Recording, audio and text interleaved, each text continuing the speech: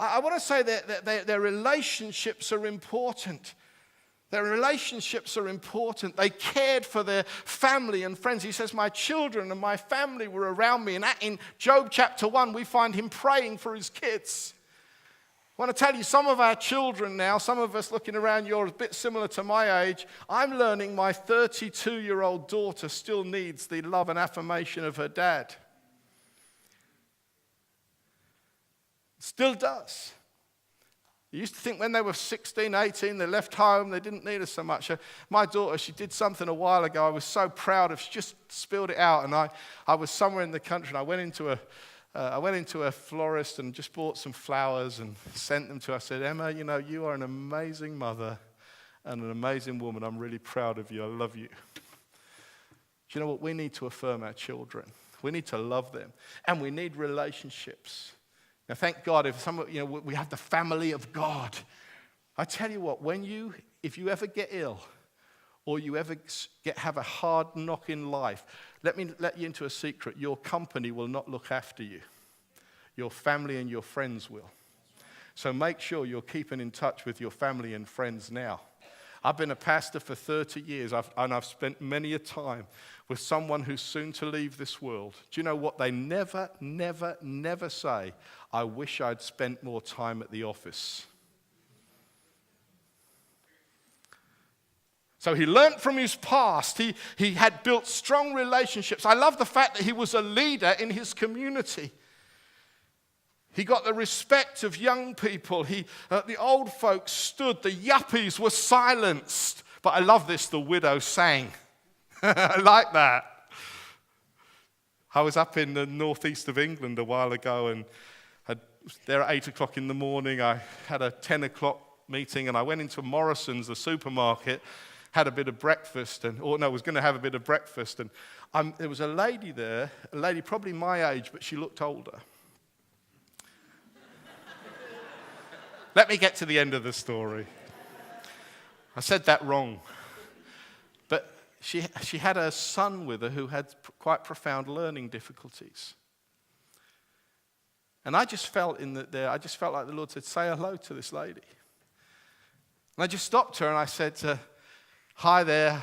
I said, just said hello and talked a little bit. And I said, listen, I'm just visiting this area. I said, but have you and your son got time to have some coffee with me?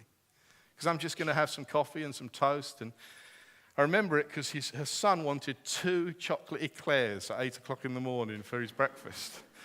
So I bought that, and she wanted some toast and tea, and we just sat and talked. And I just said, I said, it must be a challenge with your son. His name was David.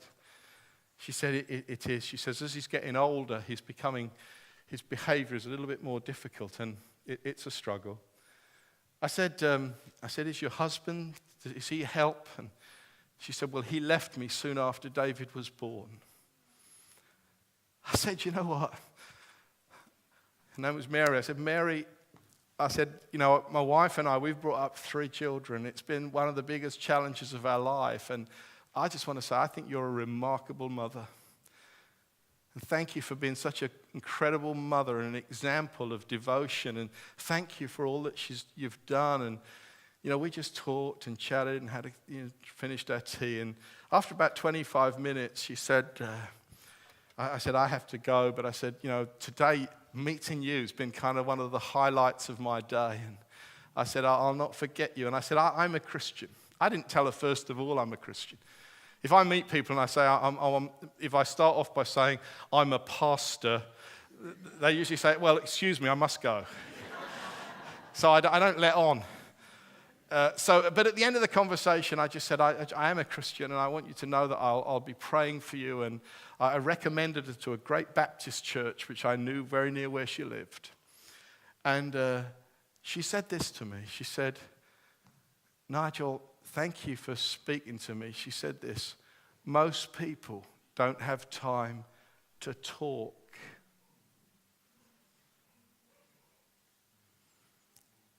And I thought, Pastor, we spend thousands of pounds. The church spends thousands of pounds training Christians of how to share their faith. And I just want to say, why can't we just be nice? why can't we just be friendly? Why can't we just listen? Why can't we just care and go about doing all the good we can? So he did that. He did that.